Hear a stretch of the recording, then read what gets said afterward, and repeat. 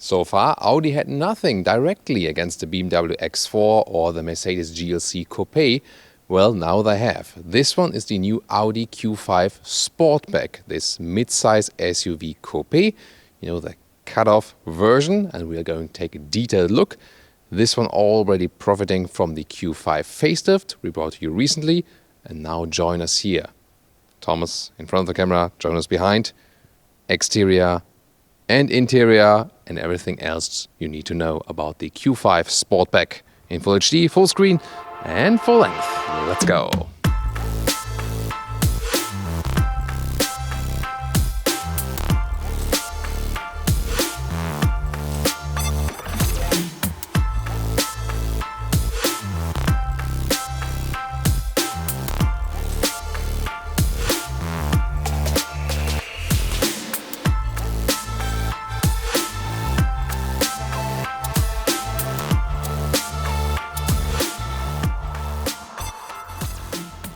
In the front, the new Audi Q5 Sportback doesn't look too different from the normal Q5 that was recently facelifted. You see here this huge single frame grille that looks really impressive. It looks actually a little bit bigger than the whole vehicle than it actually is. Here there's also the sporty S-Line design package, so we have a high gloss front grille here. Headlamps start with LED from base and also shows a nice daytime running light.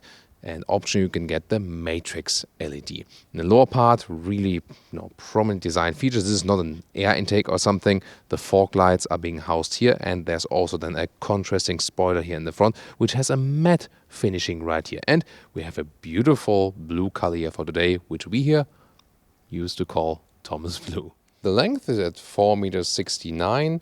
15'4" or 185 inches, so that's just a centimeter longer than the normal Q5, but the difference is just a little bit longer spoiler overhang. Of course, the main difference is that roofline, and it's falling down right here.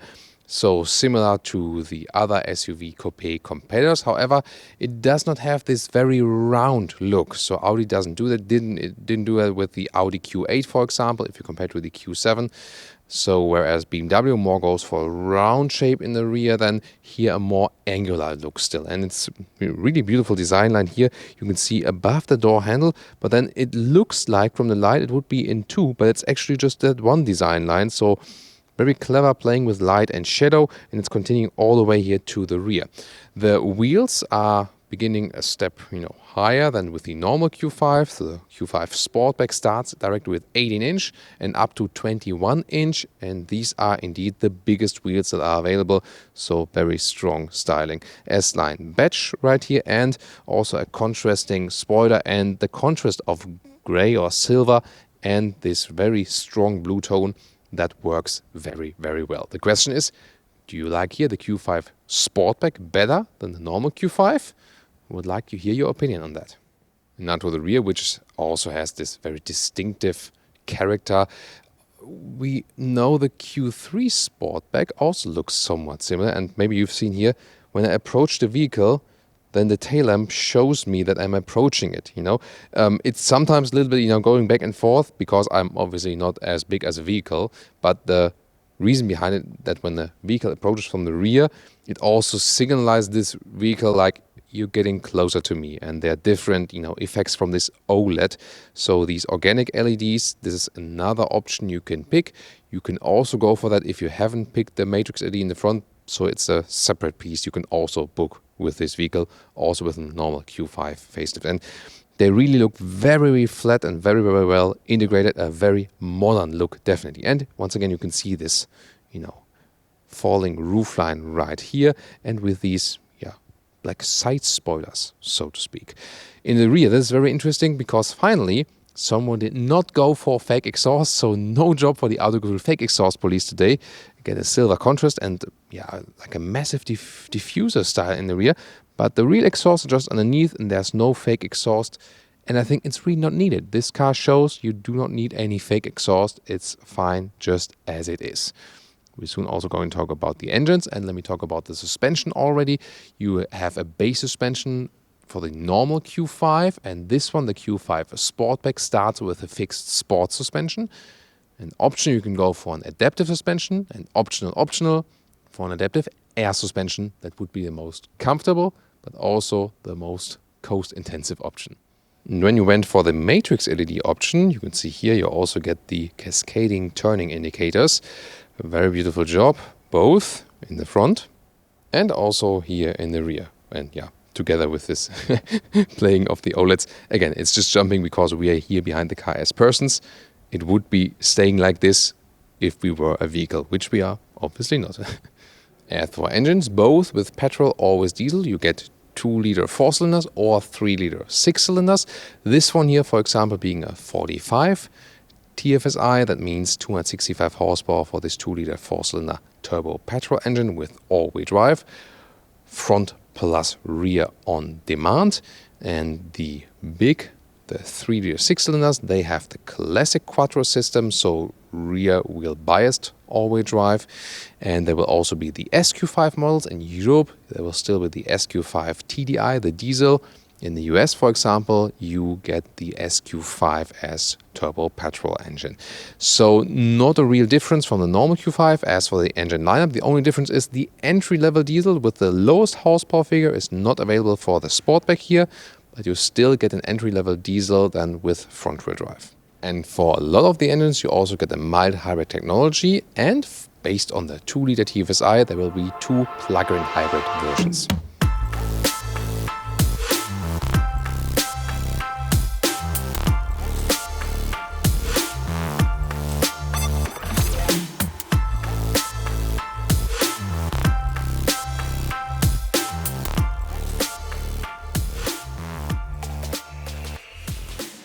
This is the car key, slim and light, and also really high class in both in design and also how it feels when you push the buttons and so on. But you can of course use the keyless entry with putting your hand on the outside to close it, or on the inside then to open it again. There we go. Door closing sound. Very solid, sounds cool. And this is a very interesting piece here. So with the very first Q5 models, this was all hard pack. But here, meanwhile, it's a little bit softened up. It's not super soft, but a little bit softer than before. And it's one piece here. So the advantage is that in the lower part, you also have something that is not super hard packed, but a little bit soft. But then in the top part, it's also harder than soft. But that's this one piece inside of the door strategy. Very interesting. Great handles here also. The buttons, everything feels really cool. This is a matte wood.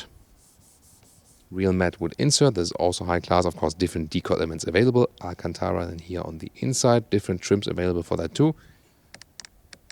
And these beautiful clicking buttons here for the windows. So that's indeed a good build quality. You remember that all the Q5 models are being built in Mexico, but meanwhile, I think the build quality is really comparable to the ones that come from Germany, at least for the look and feel and so on.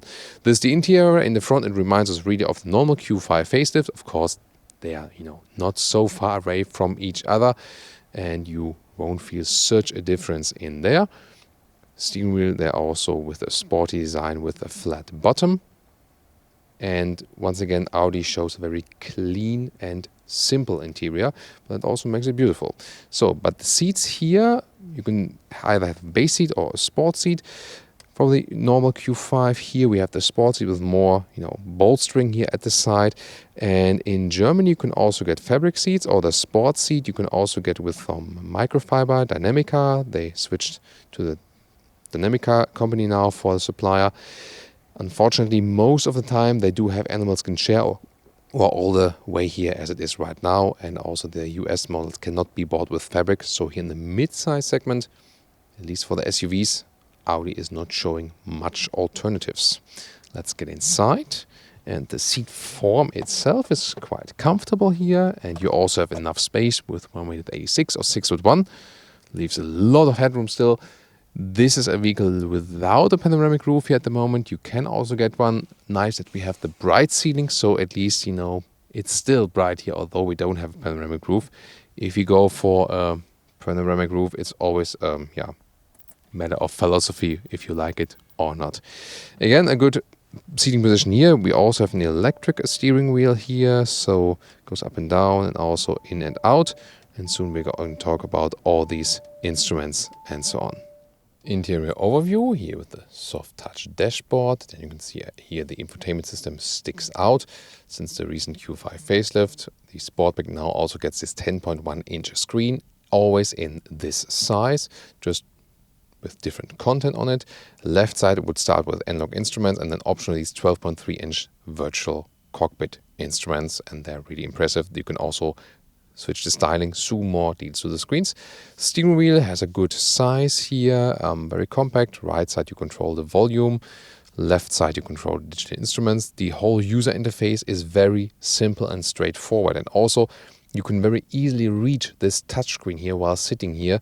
So yes, there is no MMI knob anymore also for this model here, but you can very well control this, and the menu structure is also easy. Then again, this nice wooden insert, really high class feeling, but you can also go without the wood if you don't fancy that one. And my favorite AC unit, it's still here. The all new models do not get that anymore, but that's my favorite AC unit, clicking or rolling sound here with metal knurling around as well. Then you have a seat heating here, and it just gives you so much satisfaction when you control that. This is also here the optional unit where you have this touch feedback, so to speak, but you can still, control it very well. Also easy to do that while driving. The drive select sits quite low. It will be important, for example, for a vehicle like this. This one has the air suspension, and then also the air suspension level raises or goes down according to the driving mode you pick. In the front you have a small cubby hole, but that's not really suitable for nowadays smartphones. USB-A charger here would also be the connection for Apple Carplay or Android Auto, but better use the other one with USB-C in the rear. Soon going to show you. Here, space for your key, for example, or then for a smoker's package, but that's also rather old school design. You can also put the key right here.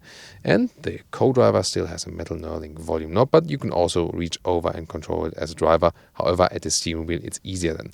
Automatic lever here in the classic Audi style. And this middle console is very interesting, so I would say we take a detailed closer look at that.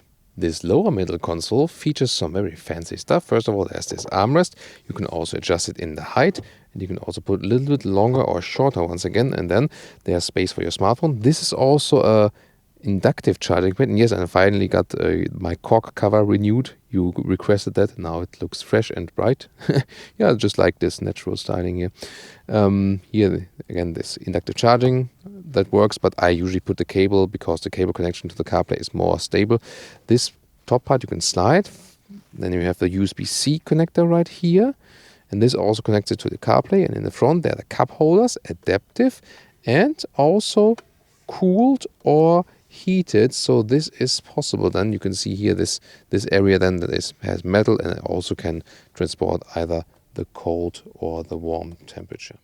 The infotainment system is sophisticated but still easy to control. You either have this home screen or this one. I rather prefer this one. It just gives me everything I need, and I can go to the GPS or Apple CarPlay, but I can also realign then here on the left side, depending on what I want, for example. And here the responsiveness quite okay, and also the visualization looks very modern.